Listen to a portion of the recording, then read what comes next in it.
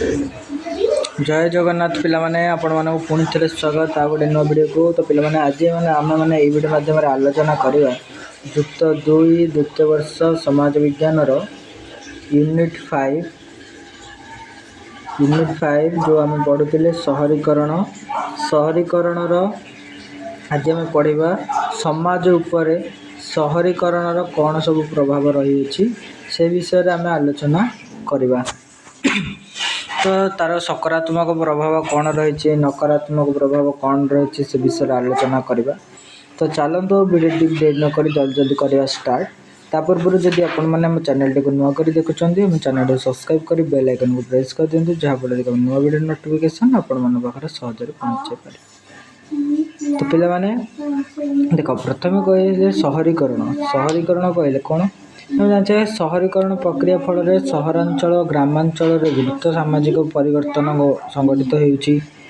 यह सामाजिक परिवर्तन एक बलिष्ठ माध्यम भाव में विचार करा जाय थे। भारत में यही प्रक्रिया अर्थनैतिक अभिवृद्धि राजनैतिक परिवर्तन नूतन मूल्यबोध और अभिमुख सूचाई थाए।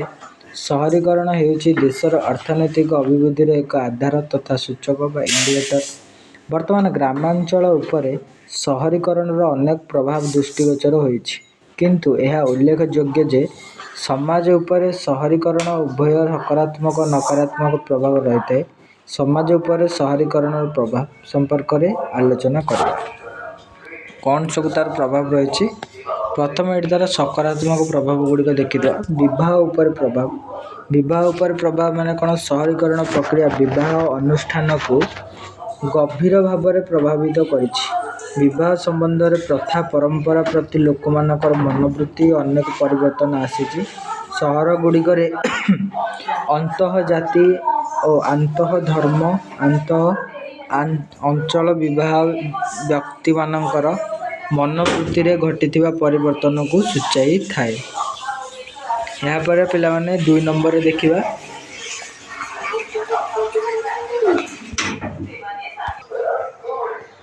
यहाँ पर पिला माने 2 नंबर देखिबा 2 नंबर देछि जाति उपर प्रभाव। जाति उपर कौन प्रभाव रही इफेक्ट ऑन कास्ट।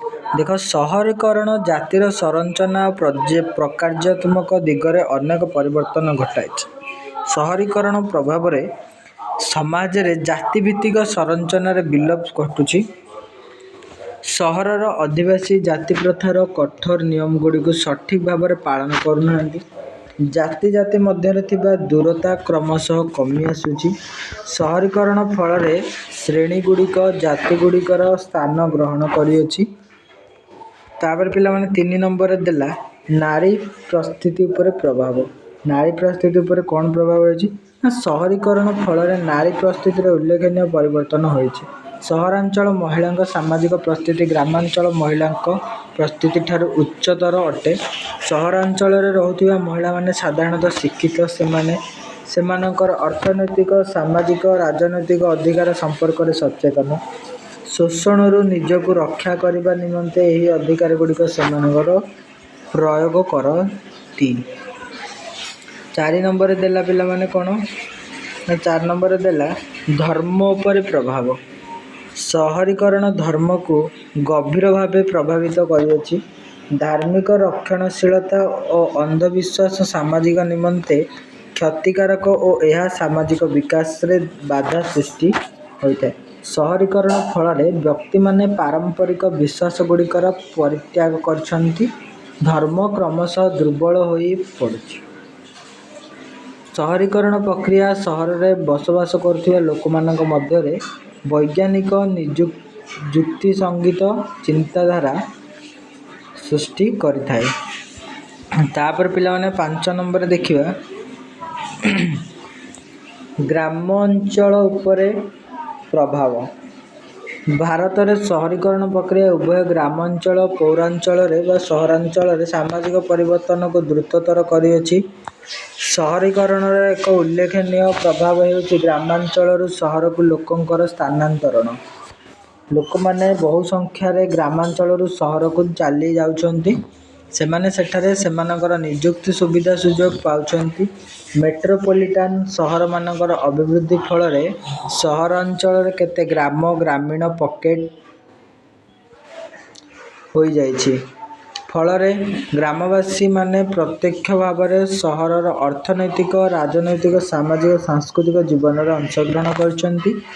ଏହା ବ୍ୟତୀତ ଗ୍ରାମାଞ୍ଚଳର ଯେଉଁ ବ୍ୟକ୍ତିମାନେ ନିଯୁକ୍ତି ଉଦ୍ଦେଶ୍ୟରେ ସହରକୁ ଆସିଛନ୍ତି, ସେମାନେ ନିଜ ଗ୍ରାମରେ ଥିବା ପରିବାର ସଦସ୍ୟମାନଙ୍କ ନିକଟକୁ ଟଙ୍କା ପଠାନ୍ତି। ଫଳରେ ସହରାଞ୍ଚଳରୁ ଟଙ୍କା ପଇସା ଗ୍ରାମାଞ୍ଚଳକୁ ଯାଇଥାଏ। ଏହି ଟଙ୍କା ଗ୍ରାମରେ ଥିବା ସେମାନଙ୍କର ପରିବାରର ସଦସ୍ୟଙ୍କ ଜୀବନ ଧାରଣମାନଙ୍କୁ ଉନ୍ନତ କରିଥାଏ। ବୁଝିପାରିଲ? ତାପରେ ପିଲାମାନେ ଆମେ ଦେଖିବା ଏହାର ନକାରାତ୍ମକ ପ୍ରଭାବ ଗୁଡ଼ିକ କ'ଣ ରହିଛି। ଏହାର ନକାରାତ୍ମକ ପ୍ରଭାବ ଗୁଡ଼ିକ ପିଲାମାନେ ସହରୀକରଣ ଏକ ଅପରିହାର୍ଯ୍ୟ ପ୍ରକ୍ରିୟା। ଏହାର ଗୁରୁତ୍ୱ ଅସ୍ୱୀକାର କରାଯାଇପାରିବ ନାହିଁ। ଅର୍ଥନୈତିକ ବିକାଶକୁ ଏହା ତ୍ୱରାନ୍ୱିତ କରିଥାଏ।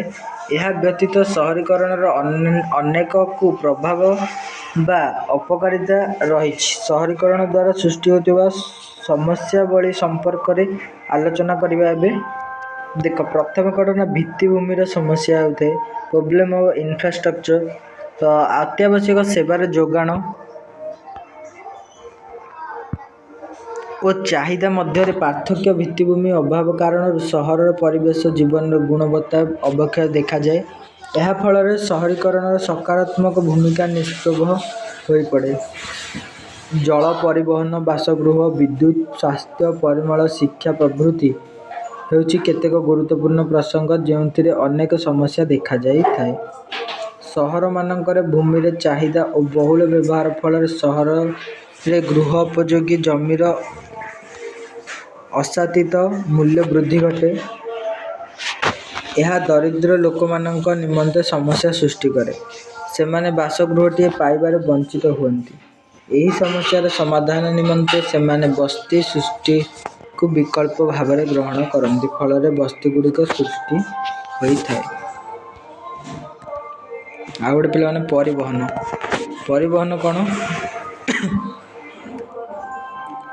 ସହରାଞ୍ଚଳରେ ବା ସହରରେ ଜନସଂଖ୍ୟାର ବିସ୍ଫୋରଣ, ବହୁ ସଂଖ୍ୟକ ଗାଡ଼ି ମଟର ଓ ରାସ୍ତାଗୁଡ଼ିକର ଦୁରବସ୍ଥା ଫଳରେ ସହରର ପରିବହନ କ୍ଷେତ୍ରରେ ଅନେକ ସମସ୍ୟା ସୃଷ୍ଟି ହୁଏ। ସହରରେ ପରିବହନ ଯୋଗୁଁ ଭିତ୍ତିଭୂମି ଥାଏ ତାହା ପର୍ଯ୍ୟାପ୍ତ ନୁହେଁ। ଏହା ବର୍ଦ୍ଧିତ ଜନସଂଖ୍ୟାର ଆବଶ୍ୟକତା ପୂରଣ କରିବାକୁ ସମର୍ଥ ହୋଇପାରେ ନାହିଁ। ସହରଗୁଡ଼ିକ ଜନଗହଳିପୂର୍ଣ୍ଣ ହୋଇପଡ଼େ। ଲୋକମାନଙ୍କର ଚଳାଚଳ ଓ ଯାତାୟାତ ବାଧା ସୃଷ୍ଟି ହୁଏ। ଲୋକମାନେ ସୁବିଧାରେ ଓ କମ୍ ସମୟରେ ଗୋଟିଏ ସ୍ଥାନରୁ ଆଉ ଗୋଟିଏ ସ୍ଥାନକୁ ଯାଇପାରନ୍ତି ନାହିଁ। ତାପରେ ପିଲାମାନେ ଶବ୍ଦ ପ୍ରଦୂଷଣ। ସହରାଞ୍ଚଳରେ ଶବ୍ଦ ପ୍ରଦୂଷଣ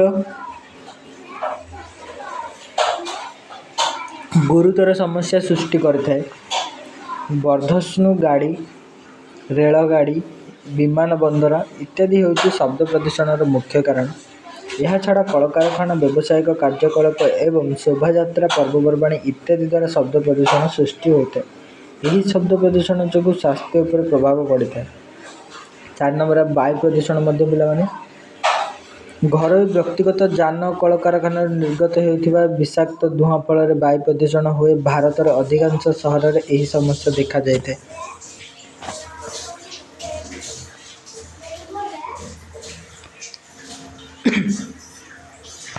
ଏହି ସମସ୍ୟାରେ ବାୟୁ ପ୍ରଦୂଷଣ ଗୁଡ଼ିକର ସ୍ତର ଅତ୍ୟନ୍ତ ଉଚ୍ଚରେ ରହିଥାଏ। ସହରାଞ୍ଚଳର ଲୋକମାନେ ପ୍ରଦୂଷିତ ବାୟୁ ଗ୍ରହଣ କରିବା ଫଳରେ ସେମାନେ ମୁଣ୍ଡବିନ୍ଧା, ଶ୍ୱାସ, ଦୃଷ୍ଟିଶକ୍ତି ହ୍ରାସ ପ୍ରଭୃତି ରୋଗର ଶିକାର ହୁଅନ୍ତି। ତାପରେ ଜଳ ଏବଂ ନର୍ଦ୍ଦମା, ଜଳ ୱାଟର ପଲ୍ୟୁସନ୍ ବି ହୁଏ। କ'ଣ ନା ଜଳ ମନୁଷ୍ୟର ଏକ ଗୁରୁତ୍ୱପୂର୍ଣ୍ଣ ଆବଶ୍ୟକତା ଅଟେ, କିନ୍ତୁ ଭାରତରେ 15%ରୁ ଅଧିକ ସହରାଞ୍ଚଳର ଅଧିବାସୀ ବିଶୁଦ୍ଧ ପାନୀୟ ଜଳ ପାଇବାରୁ ବଞ୍ଚିତ ହୋଇଥାନ୍ତି। ସହରର ଜଳ ଉତ୍ସଗୁଡ଼ିକ ସରିଯାଉଛି ଏବଂ ଏହା ପ୍ରଦୂଷିତ ହୋଇଯାଉଛି। ଅନେକ ବଡ଼ ବଡ଼ ସହରମାନଙ୍କରେ ନର୍ଦ୍ଦମା ପାଣି ପାନୀୟ ଜଳ ସହିତ ମିଶି ଅସ୍ୱାସ୍ଥ୍ୟକର ପରିବେଶ ସୃଷ୍ଟି କରେ।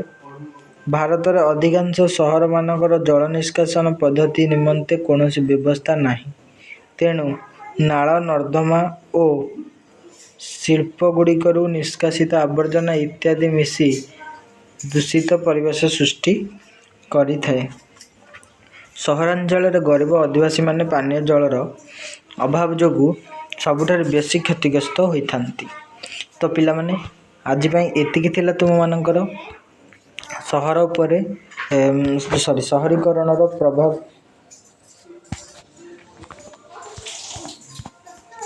ତ ଆଶା କରୁଛି ତୁମମାନଙ୍କୁ ଭିଡ଼ିଓଟି ପସନ୍ଦ ଆସିଛି। ଯଦି ଭିଡ଼ିଓଟି ପସନ୍ଦ ଆସିଛି ତାହେଲେ ଚ୍ୟାନେଲକୁ ସବସ୍କ୍ରାଇବ୍ କରି ବେଲ୍ ଆଇକନ୍କୁ ପ୍ରେସ୍ କରିଦିଅ ଏବଂ ଏହିଭଳି ଭାବରେ ନୂଆ ନୂଆ ଭିଡ଼ିଓ ଦେଖିବା ପାଇଁ ତୁମମାନଙ୍କ ପାଖକୁ ନୋଟିଫିକେସନ୍ ପହଞ୍ଚିଯିବ। ଏହାପରେ ପିଲାମାନେ ତୁମମାନଙ୍କୁ ଏତିକି କହିବା ପାଇଁ ଚାହିଁବି, ସମାଜ ଉପରେ ଆମର ସହରୀକରଣ ପ୍ରଭାବ କିଭଳି ପଡ଼ିଥିଲା ଜାଣିଲ। ସହରୀକରଣର ପିଲାମାନେ ତୁମର ଏଇଠି ସରିଗଲା ସହରୀକରଣ। ଏହାପରେ ଆମେ ପଢ଼ିବା ଆଧୁନିକୀକରଣ ବିଷୟରେ ନେକ୍ସଟ କ୍ଲାସ୍ରେ। ତ ଆଜି ଏହି ଭିଡ଼ିଓ ମାଧ୍ୟମରେ ଆମେମାନେ ସବୁ କ'ଣ ଶିଖିଲେ ସେସବୁ ବିଷୟ ମୋତେ କମେଣ୍ଟରେ ଜଣାଇବ। ଆଉ ଭିଡ଼ିଓଟି ଭଲ ଲାଗିଥିଲେ ଭିଡ଼ିଓଟିକୁ ଲାଇକ୍ କରି କମେଣ୍ଟରେ ମାଧ୍ୟମରେ ଜଣାଇବ। ଯାହା ବି ଅସୁବିଧା ହେବ ଭିଡ଼ିଓଟିକୁ ସାଙ୍ଗ ପିଲାମାନଙ୍କ ପାଖକୁ ସେୟାର କରିଦେବ, ଯାହାଫଳରେ ସେମାନେ ମଧ୍ୟ ଭିଡ଼ିଓଟିକୁ ଦେଖିକି କିଛି ହେଲ୍ପ ହେଇପାରିବ। ଆଜି ପାଇଁ ଏତିକି, ରହିଲି। ଜୟ ଜଗନ୍ନାଥ।